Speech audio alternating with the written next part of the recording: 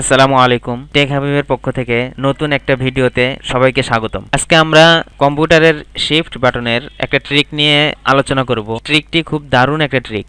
সেটা হইল আমাদের কম্পিউটারে একটা রিফ্রেশ করব ডেস্কটপে, যাতে কোনো ফোল্ডার সিলেক্ট না হয়ে থাকে। তারপর আমাদের কিবোর্ডের ডান পাশের যে শিফট বাটনটা আছে, এই শিফট বাটনটা আমরা 8 সেকেন্ড প্রেস করে রাখতে। আমি রাখতেছি।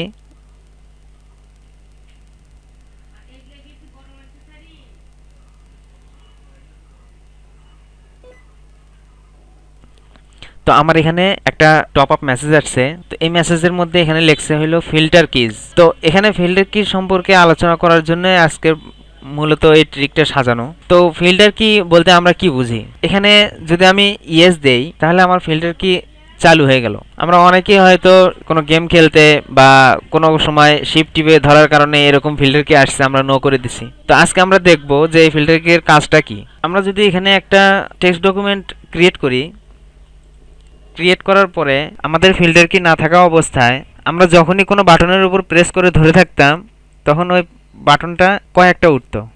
যেমন আমরা যদি এখানে এ লিখতাম, টিপে যদি ধরে থাকতাম, তাহলে আমাদের এখানে অনেকগুলো আসতো। তো আমাদের এখানে একটা আসতেছে, এস ডি টিপে ধরে আছি একটা, সবগুলো একটা একটা করে আসতেছে।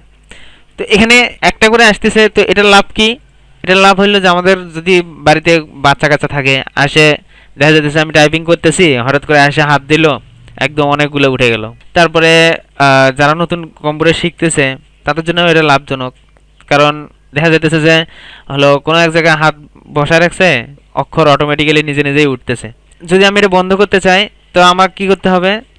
আমার এই যে নোটিফিকেশন বারের এখানে দেখেন শো হিডেন আইকনস আছে, এখানে যাওয়ার পরে এই যে এখানে ফিল্টার কিজ, হ্যাঁ, এখানে আমি যে ডাবল ক্লিক করব, তারপর আমার এরকম একটা বক্স আসবে। এখানে যাওয়ার পরে এখানে দেখেন টার্ন অন ফিল্টার কিজ আছে। এখানে যদি আমি টিক চিহ্নটা তুলে দিই, দেওয়ার পরে যদি আমি এখানে অ্যাপ্লাই করি, ওকে দিলাম, তো আমার ফিল্টার কিজটা উঠে গেল। এখন যদি আমি এখানে এ লিখি, তাহলে দেখেন কতগুলো এ আসতেছে। হ্যাঁ, এখানে এস লিখলে কতগুলো এস আসতেছে, ডি লিখলে কতগুলো ডি আসতেছে, এফ লিখলে কতগুলো এফ আসতেছে। এই ছিল আজকের ট্রিক।